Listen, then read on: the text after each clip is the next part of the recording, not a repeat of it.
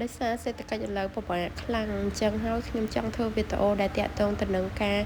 កាត់បន្ថយចំណាយដែលជួយសម្រួលទៅដល់បងដែលវាជួយសម្រួលទៅដល់បងប្អូនស្ត្រីមេផ្ទះគ្នាយើងហើយនេះដែរខ្ញុំមកធ្វើតាំងធ្វើមិនឲ្យចំណាយបានយូរតិចទៅយើងអាចប្រើប្រាស់បានច្រើនចំណូលរបស់យើងទៅបានចំពោះ7នេះខ្ញុំទិញតែកន្លះគីឡូអស់តែ5000ទេ7នេះបើសិនជាយើងទិញម្ដង1000យើងច្បាស់ណាស់តែ1000ស្លោបានតែម្ដងឯងអញ្ចឹង5000ហ្នឹងគឺបាន5ដងប៉ុន្តែយើងធ្វើអញ្ចឹងគឺចំណេញមានន័យថាយើងអាច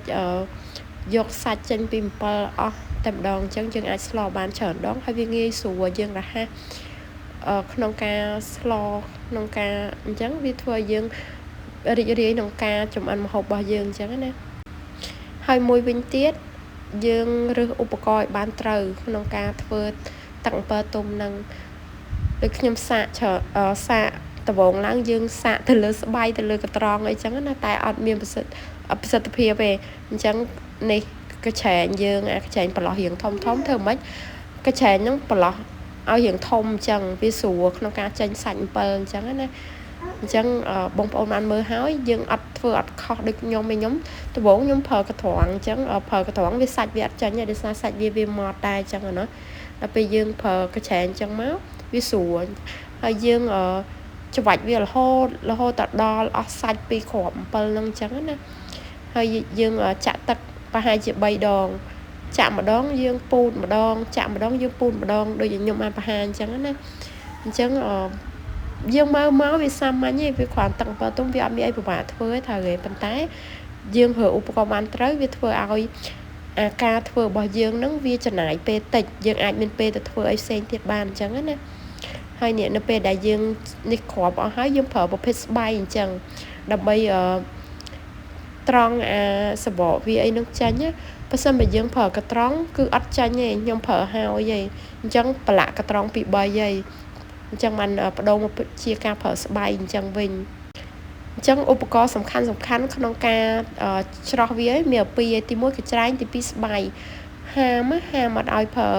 អាកត្រង់ឲ្យកុំឲ្យប្រឡាក់ពិបាកលាងពីព្រោះអីអត់ស្រួលដូចយើងប្រើស្បៃអញ្ចឹងទេហើយបន្ទាប់ពីយើងបានច្រោះចឹងហើយយើងយកវាទៅដាក់ដាំរហូតដល់ពុះដាំនេះគឺគោលបំណងយើងគឺដកទឹកចេញពីអំពិលហ្នឹងកាលណាមានទឹកច្រើននៅក្នុងហ្នឹង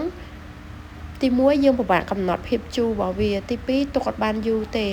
អញ្ចឹងយើងដកទឹកចេញឲ្យអស់មកនៅសល់កំហាប់អំពិលហ្នឹងខ្ទង់